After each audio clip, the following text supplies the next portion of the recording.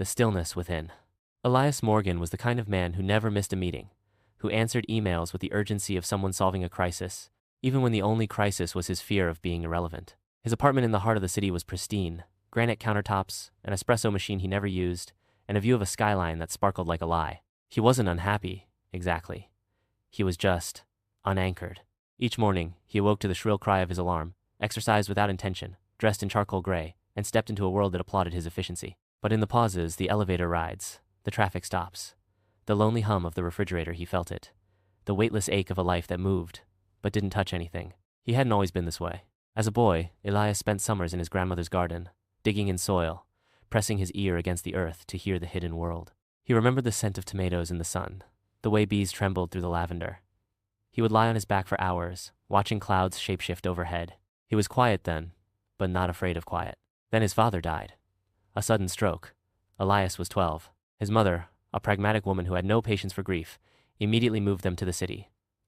"We keep going," she told him again and again. "There's no use standing still." So he didn't. He became a model of motion. Straight A's, perfect attendance, extracurriculars stacked like bricks. He learned to fear idleness the way some kids feared the dark. He built a life of relentless structure, one achievement after another, until stillness felt like death. But on one Friday evening in early spring, the city was slick with rain. Elias had left work late. His phone had died. There were no taxis nearby.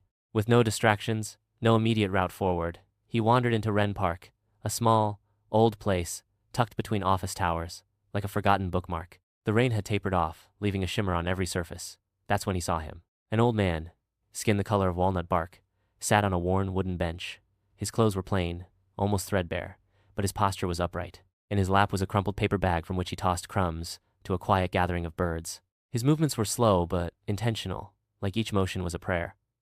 Elias slowed, drawn in without knowing why.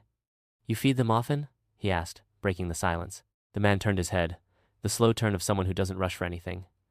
"Every day," he said. "They know when I'm here. They wait." Elias looked down at the bird's gray, mottled, ordinary, and then back at the man. "Seems like a lot of effort for pigeons." The man smiled gently. "They don't care who I am. They don't ask what I do. They only care that I show up." The response made Elias oddly uncomfortable. He nodded politely and walked on. But that night, he dreamt of birds and still air, and a silence so complete it made his bones ache. The next day, and the next, Elias returned to the park. The man was always there. They didn't speak much, but gradually, a rhythm formed. Elias began sitting beside him, learning how to just be. It wasn't easy. At first, he fidgeted, checked his watch. His thoughts raced unfinished projects, unanswered texts, hollow ambitions whispering in his ear. But the old man just sat, quiet, still, like a stone that had made peace with being a stone. "Do you ever get bored?" Elias asked one day. "No," the man replied. "Because I stopped looking for excitement. I started looking for what's real." That sentence sat with Elias for days. He began letting go. Small things at first.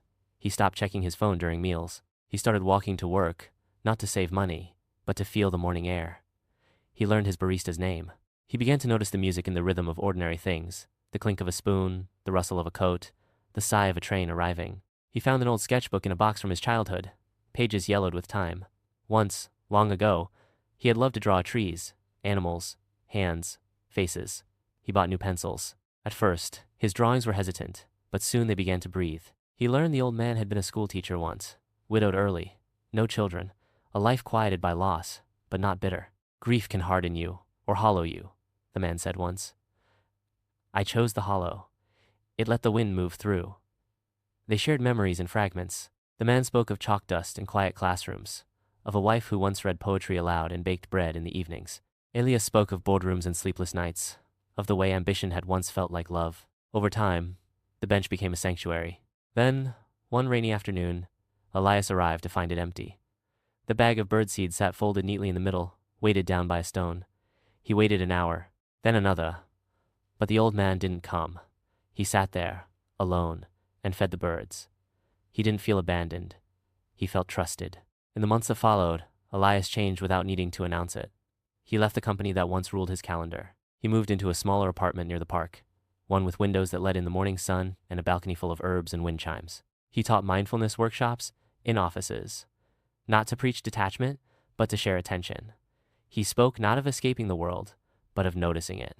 Sometimes he still spoke to the old man softly, to no one, as though he were still sitting beside him. And one day, a younger man sat down beside Elias on the bench. He was tense, shoulders tight, suit wrinkled, phone in hand. "You feed them often?" the man asked, almost out of obligation. Elias smiled. "Every day. They know when I'm here. They wait." He offered the man a handful of seed. The birds fluttered closer, and in that moment, the silence welcomed someone new.